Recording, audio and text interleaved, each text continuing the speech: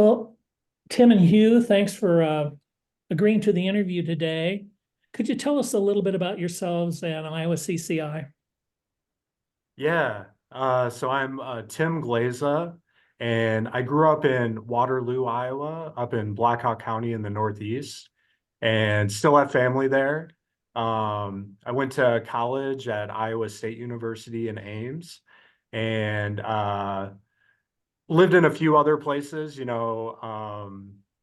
was a Peace Corps volunteer in Zambia and lived in North Dakota and Montana and did some community organizing there on agriculture issues. And just moved back to Iowa last summer to work with Iowa CCI, Iowa Citizens for Community Improvement.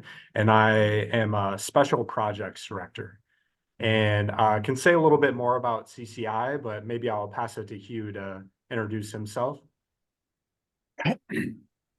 Thank you, Bob.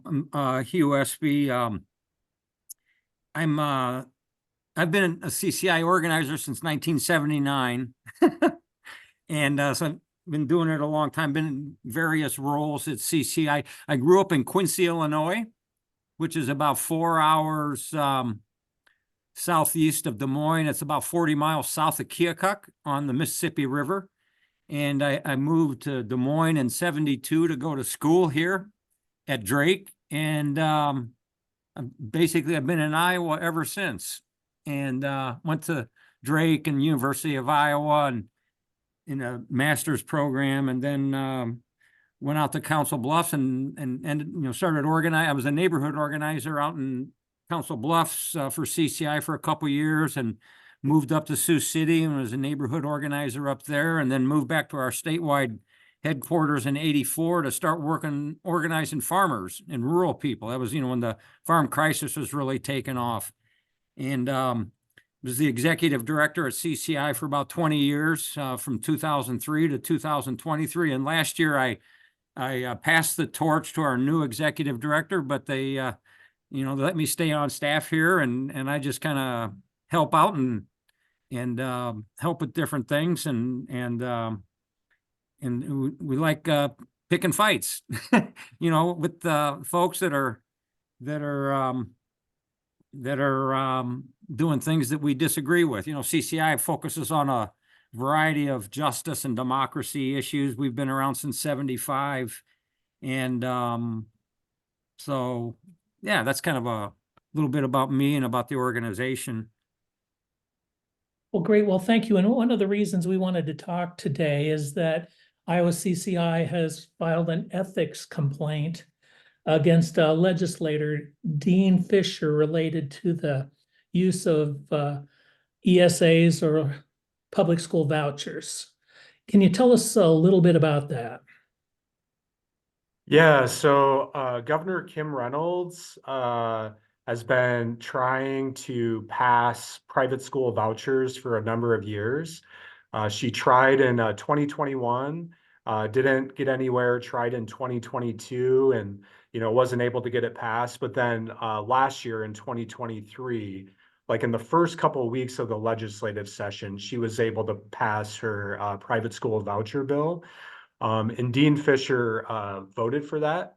And back, before that session in 2022, Dean Fisher, with redistricting, he was in a primary with, I think his name is David Maxwell. So they were in a primary in June of 22. And Kim Reynolds endorsed Dean Fisher because of his support for her voucher program. So Dean Fisher eventually won that primary, and then he won the general election. So he used the vouchers as a campaign issue to win. And then in January, he voted for the vouchers and that passed. And then in May of 2023, he formed Tama Toledo Christian School, which is a private school. They, filed with the Secretary of State, the Iowa Secretary of State, to start this new school. And then in January of this year, I think it was the North Tama Telegraph newspaper, they started putting out news stories about the emerging school. And Fisher, in one of the stories, said that they plan to use vouchers, or they're also called ESAs, education savings accounts, to cover the bulk of their operating costs for this new private school. And, you know, that has the appearance of, you know, being unethical. You know, he's campaigned for the vouchers, he voted for them, and now he wants to use them for this new private school that they're working on in Tama, Toledo. And we would say that it's not just, you know, for this new school, in those news stories that Tim was talking about, Fisher said that their goal is, when they started in the fall of 2025, you know, like aim for like 120 students, and then possibly even go up to 160 students after that. But if you take 120 times the voucher amount per student, what is it, Tim? 70 or 6,700 or 7,600? 7635. Yeah. So if you do the math, that's over $900,000. And that's assuming that the voucher amount stays the same. But if he starts off with 120 students, that's like $910,000 that he's going to get every year. And it just doesn't seem right. You know, he campaigned on him, he voted for him, and now he's trying to cash in on him. Yeah, we don't know how much he would be compensated for his role on the board. My understanding, his wife on the board, and if he's going to administrate it, we don't know, and how many teachers they're going to have, we don't know. But still, it's using public dollars to fund a private endeavor, a private school, a religious school with public monies that could impact negatively. I don't see how it couldn't, the other schools in the county. And I looked up those schools. There's 5 schools in the county, and it might spread beyond the county. But 3 of the schools have under 500 kids. And if they lose, you know, a few kids, it could be a teacher. I mean, it could be a significant impact on them. Right. We think the voucher program too, in particular, rural schools, I mean, we think it hurts schools in general, public schools, but rural schools in particular, we think it really puts them behind the 8 ball. And we just think that's wrong. And we think what Fisher's doing, we don't think Fisher should be using the private vouchers to start his school, given the fact that he was in a position to essentially help make that happen. The vouchers. Well, and you've got a lengthy press release. You lay it all out exactly why you think it is, and I'll attach it to this when I send it out so that everybody can see the press release. And I mean, it's really pretty simple. That, you know, in terms of ethical violations, at least to us, it would seem to be a violation. But the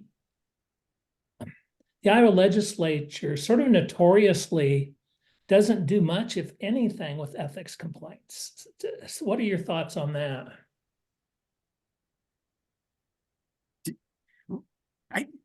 No, you're absolutely correct. And in fact, last year we filed an ethics complaint against Mike Busolo, and it was around the CO2 pipeline issue and around the CO2 pipeline legislation that he single-handedly stopped in the Senate after it had passed. It passed in the House by strong bipartisan support. It would have forced or it would have put restrictions on CO2 pipelines that they could not use eminent domain until they had at least 90% of the easements voluntarily signed in the path of those pipelines. And it passed, and then he killed it.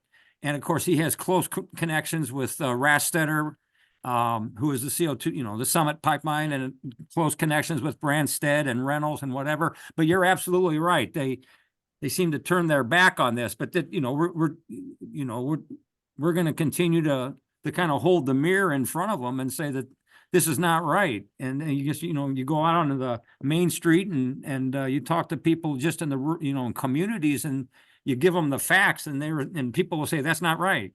What's happening is not right. And I guess it's up to us and groups like us and other groups and to continue to hold the spotlight up and put the mirror in front of them and say that this sort of behavior is not right. And if you look at, House Resolution 7, that's what we filed on, our code of ethics that says, that the legislators and lobbyists have a duty to uphold the integrity of the General Assembly, and they need to act in such a way that inspires respect from the public and confidence from the public. And so basically, yeah, they're turning their back on that. And the other piece on the conflict of interest, section says that that self-dealing is that legislators should avoid taking action on legislation that will benefit them either financially or benefit their special projects.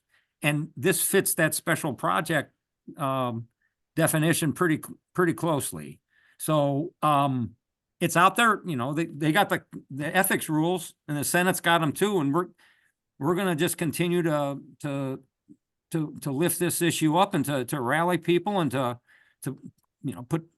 do as much as we can to publicize the fact that what's happening in situations like this and other situations, it's not right. It's not ethical. And if you're going to inspire, we want good government. We've never disparaged government because we are government. We believe in government of, by, and for the people, like Abraham Lincoln talked about. And this is not government of, by, and for special interest or set up private schools to benefit their special projects. And it's just contrary to the notion of good government, And the things that Governor Reynolds and the legislature are doing on education are extremely unpopular. Like the vouchers passed, and the Des Moines Register did a poll, and 62% of Iowans were opposed to them. And it's, Republicans, Independents, Democrats. On the book ban bill, they passed this SF 496 that, creates a culture of fear where we had schools, pulling books from their libraries, and, the law is really vague. And, fortunately that's blocked by a judge right now. But recently on the area education agencies, or the AEAs, like thousands of parents, teachers, community members have, sent in letters and emails to legislators opposing, the dismantling of the AEAs. And just the other day, the state house, they passed, Reynolds, one of her AEA bills. And yeah, we just want to make sure that the government's accountable to people in Iowa and not, a small group of lobbyists or special interests. To kind of follow up on what Tim was saying too, and it's just like those different pieces, the book bans, the school vouchers, and then the trying to, defund the AEAs and shrink them is part of, an overall plan to dismantle our public education system, which has served Iowans so well. And it's not just here. We would say public education is a fundamental pillar of democracy, of civic engagement. And we need to bolster public education, not defund it, not dismantle it.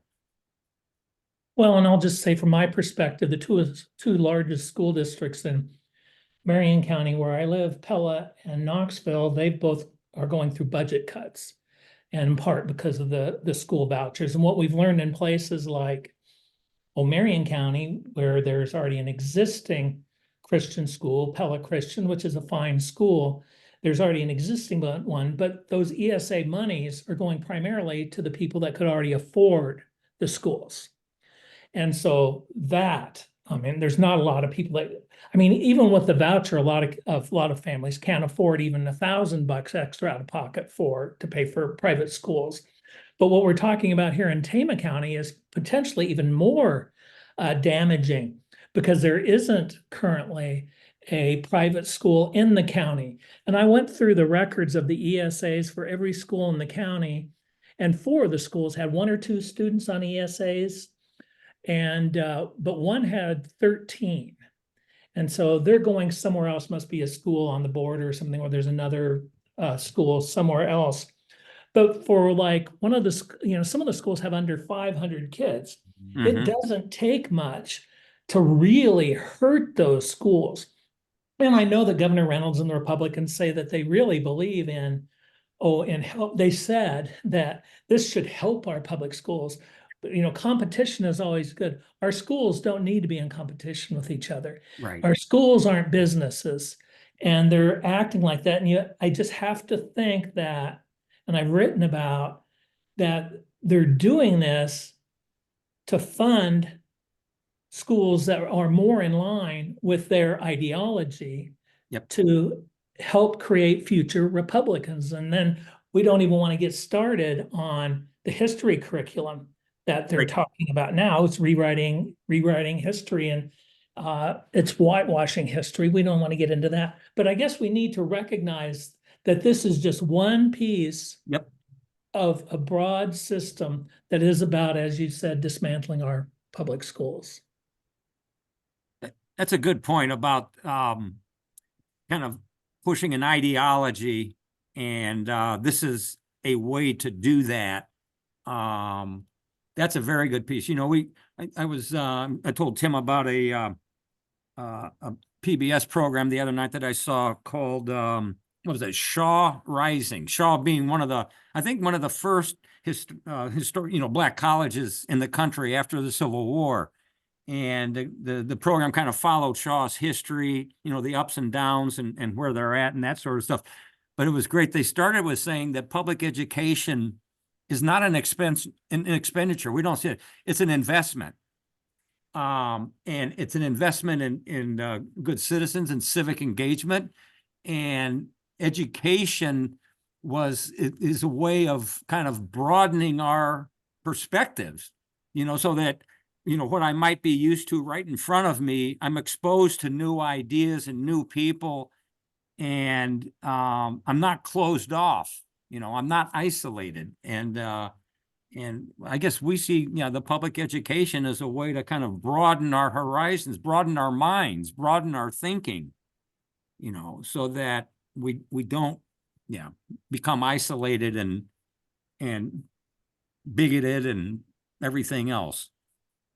Well, we could discuss all kinds of things all day, but the point is that you've brought it to the attention that there are arguably, visibly, clearly to me, ethics violations by an Iowa legislator, Dean Fisher, representing Tama County and beyond, that the public needs to know about.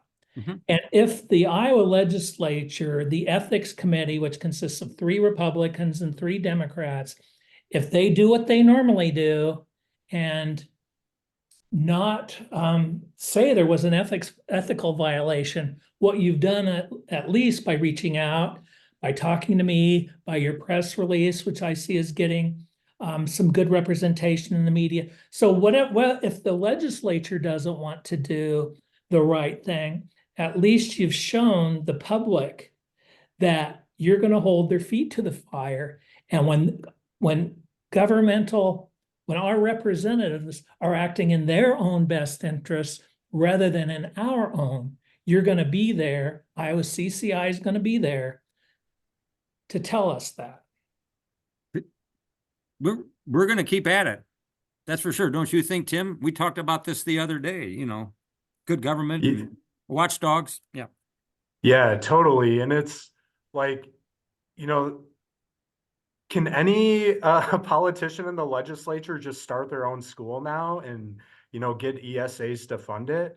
Like, how much can, the state of Iowa afford to, have all these new private schools popping up with, no public oversight? And one of the things I think that people are worried about with the private schools is they can pick and choose which students they want, and there's no public oversight over how they're spending the ESAs. With, the public schools, we have, the school boards and, the Department of Education, and there's some like public accountability in that way. But yeah, with these, emerging private schools using public dollars, it becomes really hard to make sure that, they're preparing our students for the future. Is there anything else you guys would like to add today? About this issue or anything else that Iowa CCI is working on that you want to get on people's radar?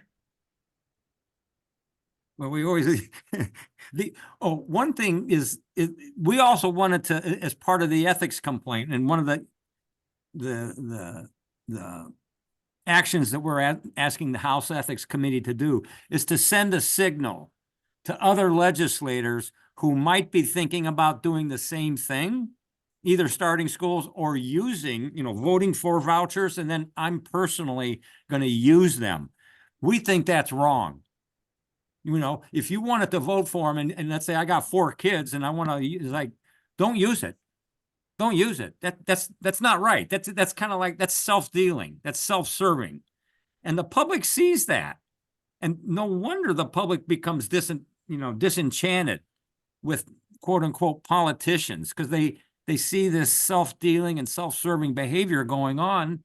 And what it does is it diminishes public confidence in a public institution that we should be doing what we can to build it up and to, again, we're government. People are government. And, that whole notion of government's been, disparaged, and that sort of been taken away from us. But we're government of, by, and for the people. And that's what we believe in. That's what we're going to continue to fight for.